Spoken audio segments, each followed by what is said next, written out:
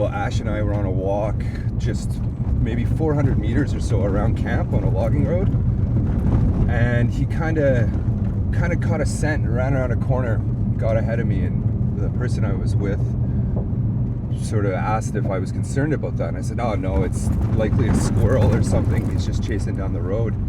Well, a second later I heard my dog screaming like I've never heard him scream before. And immediately in my head I expected porcupine, like it was just a sound I had never heard come out of his mouth. So I start sprinting down the road, and I'm looking off into my right side where this noise is coming from. It's a big grassy field there, and the grass is probably chin height at this point, so I can't see anything. And I come to a stop, and it's like, you know, blood throbbing through your ears when you hear your dog in distress like that.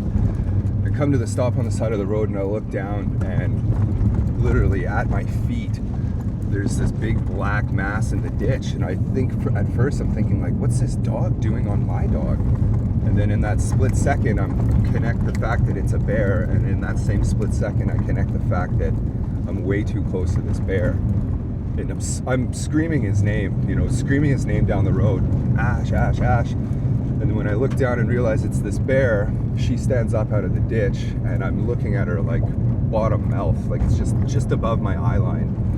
So in reaction to it, I kind of do this like Matrix jump backwards. As she paws me, I feel her rough pad come down on my head, down my cheek, and then slap me in the collarbone and chest. As I'm like jumping back, my hat flies off, and I land in the dirt on the road, and I just start bicycle kicking at this bear, and she's standing up on her two legs and taking swipes at me. My friend comes running down the road. She is screaming bloody murder.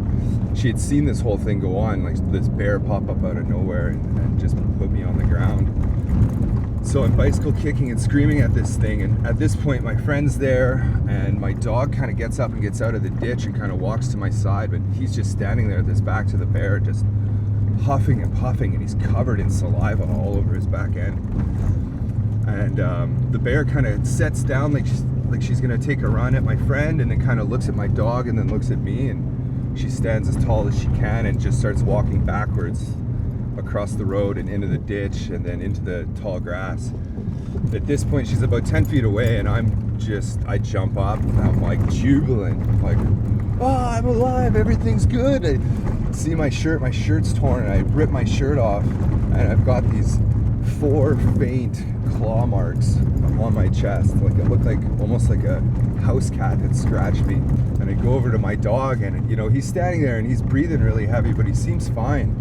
And I go to pet his back end, and as I do that, all of his skin kind of parts, and I realize that he's just been flayed on the back end. So I was like, oh shit, like this is serious. Couldn't see any blood until I had done that. So we packed him up and rushed him to the vet, and the vet showed me on his back end, you could see that he had turned to run from the bear, and the reason you could see that is you could see 2 paw marks, like fillet marks, down each side of his body where she had grabbed him, and then there was a very definitive imprint of her 4 incisors on his back end, like 4 big pockets where she had bit into his ass end. And then on his neck there was a 1 puncture wound where I'm assuming she had grabbed him, pulled him in, bit his back end, and then went down for his throat. And at that point, that's probably when I ran up into the ditch and scared the shit out of her, caused her to stand up and come after me at that point.